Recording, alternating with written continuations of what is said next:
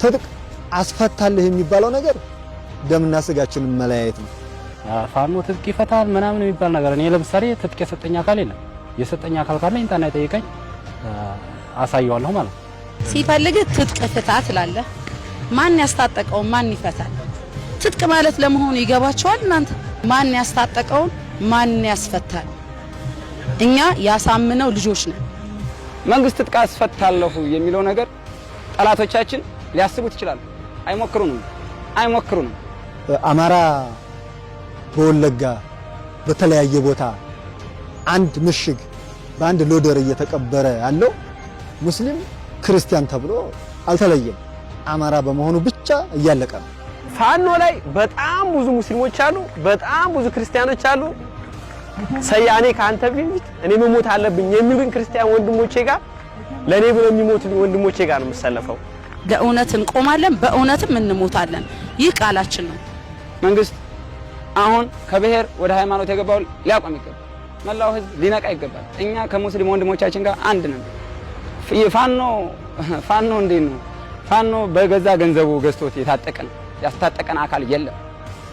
በሬያችንን ሸጠን ሰብል ሸጠን አምርተን ማሽላ ጤፍ ሸጠን የገዛነው መሳሪያ አስፈታለሁ ማለት ስህተት ነው። የአማራ ወጣት መደራጀት አለበት፣ መሰልጠን አለበት በየቦታው።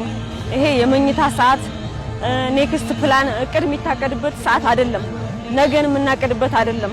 ምክንያቱም ዛሬን እየኖርን ስላልሆነ የነገ ዓላማ የለንም።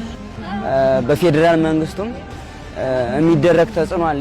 የመወዛወዝ ባህሪ አንዴ መደበኛ ነው፣ አንዴ ፋኖ ከጎናችን ነበር የሚል እኔ እንደኔ ሳስበው እየተመቻቸልን ይመስለኛል። አንድ ደግሞ ሌላ ጽንሰ ሐሳብ ያለባቸው እስላምና ክርስቲያንን እየለያዩ የኦርቶዶክስ ብቻ ነው ፋኖ ከአማራውም እስላሙ መለየት አለበት ይላል። አብዛኛው እንደውም በይበልጥ ፋኖ እስላሙ ነው ለማጥፋት እንጂ ሙስሊምን ሊያጠፋ ክርስቲያን ሊያጠፋ አይደለም የመጣው። አማራን በሙሉ ሊያጠፋ ነው የሚመጣው። ስንዋጋ በየግንባሩ ወይም ደግሞ ጥላት በወረረብን አካባቢ ላይ ሙስሊም ስለሆንክ አልገልህም፣ ክርስቲያን ስለሆንክ እገልሃለሁ ብሎ አልመጣም። ጥላት አማራን አጠፋለሁ ብሎ ስለሆነ ሙስሊም ክርስቲያን ሳንል በፍጥነት ጊዜ ስለሌለን በፍጥነት ፋኖን ማጠናከር ይገባናል። ኢትዮጵያ ናት። ዘረኝነት አንፈልግም፣ ብሔርተኝነትም አንፈልግም። ፋኖ የሚፈልገው ዘረኝነትን ማስወገድ። ኢትዮጵያ አንድ ናት ነው ፋኖ የሚፈልገው። አሁንም ፋኖ ጠንክሩ፣ ፋኖ ግቡ፣ ሴቶች ታጠቁ፣ ሰልጥኑ፣ አትፍሩ፣ አንድ ሁኑ።